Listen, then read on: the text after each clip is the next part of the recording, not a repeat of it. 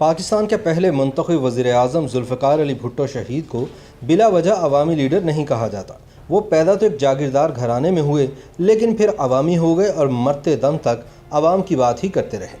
लाड़काना के पुराने लोगों को आज भी ज़ुल्फ़िकार अली भुट्टो और एक दरवेश सिर्फ फ़कीर शख्स जुमा फ़कीर की दोस्ती याद है। ये वाहिद शख्स था जो भुट्टो साहब से मजाक भी करता था और उन पर तंज़िया जुमले भी कस देता था। जुमा फ़कीर ज़ात का सोमरो था जिसका ताल्लुक़ कंबर के एक गाँव कौर सुलेमान से था, लेकिन वो कंबर छोड़कर लाड़काना आ बसा था। वो अक्सर लाड़काना की गलियों और रस्तों पर अपने गधे के साथ घूमता नजर आता था। जुमा फ़कीर का यह मामूल था कि वो रोज़ाना गोश्त मार्केट जाता और वहाँ ज़िबा किए गए जानवरों की बाकियात अपने गधे के गोदड़ों में डालता और फिर लाड़काना के आवारा कुत्तों को ये छींचड़े खिलाता। इसी तरह वहाँ के सैकड़ों कुत्ते भी जुमा फ़कीर के गर्विदा थे। ये फ़कीर जहाँ जाता ये कुत्ते उसके पीछे पीछे चलते थे। जुमा फ़कीर देखने में तो सादा और अनपढ़ लगता था, लेकिन असल में वो एक पहुंचा हुआ दरवेश था। अपनी धुन में मगन इस फ़कीर की बातें सूफियाना रंग में रंगी होती थी और ऐसी गुफ्तार आम आदमी नहीं कर पाता। ज़ुल्फ़िकार अली भुट्टो की जुमा फ़कीर से दोस्ती का ताल्लुक़ तब कायम हुआ जब भुट्टो साहब वज़ीर ख़ारजा थे। जुमा फ़कीर खुद चलकर अल मुर्तज़ा नहीं गया था, बल्कि भुट्टो खुद चलकर इस फ़कीर को दोस्त बनाने उसके पास गए थे।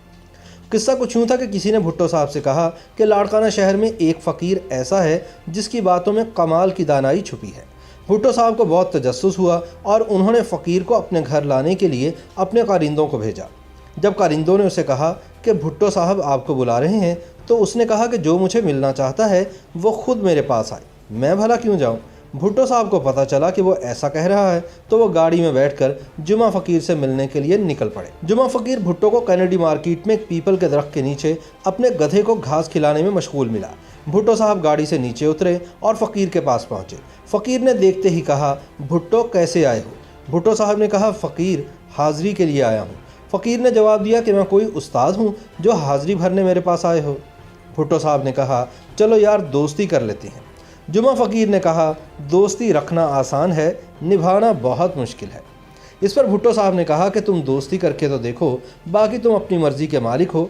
अपने गधे के साथ बैठे जुमा फ़कीर ने कहा कि मेरे दर पर चल के आए हो, यूँ खाली हाथ नहीं जाने दूंगा। और इस तरह गलियों में घूमने वाले इस फ़कीर की ज़ुल्फ़िकार अली भुट्टो से दोस्ती हो गई। भुट्टो शहीद वक्त निकाल कर कभी कभार जुमा फ़कीर से मिलने आते और यूँ दोनों की दोस्ती परवान चढ़ने लगी। जब भुट्टो साहब पाकिस्तान के वज़ीर-ए-आज़म बने तो अल मुर्तज़ा को वज़ीर-ए-आज़म हाउस का दर्जा दे दिया गया। वज़ीर-ए-आज़म बनने के बाद भुट्टो फ़कीर से मिलने आए और कहा कि मेरे हक़ में दुआ करो।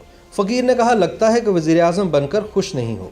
चलो फिर ये करते हैं कि तुम मेरे गधे पर बैठकर जुमा बनो, मैं भुट्टो बन जाता हूँ। भुट्टो ने कहा, मुझे मंजूर है, मुझे अपना गधा दे दो। कई वज़ीर मशीर भी भुट्टो साहब के साथ थे जो ये सारी गुफ्तगू सुन रहे थे। अचानक फ़कीर ने कहा, भुट्टो मैं अपना गधा नहीं दूंगा, मेरे पास बस ये एक ही गधा है, जबकि आपके पास पहले से ही बहुत सारे गधे मौजूद हैं, पहले इन्हें तो संभाल लो। ये सुनते ही भुट्टो साहब की बेख्तियार हंसी निकल गई और वो हंसते हंसते दोहरे हो गए। तब वहाँ मौजूद सारे अफसरान के चेहरे देखने के काबिल थे। भुट्टो साहब वज़ीर-ए-आज़म बनने के बाद जब भी लाड़काना आते वो वक्त निकाल कर फ़कीर से मिलते। जुमा फ़कीर का कोई मुस्तकिल ठिकाना नहीं था, बस भुट्टो साहब पता करते कि फ़कीर कहाँ मिलेगा और वहाँ पहुँच जाते।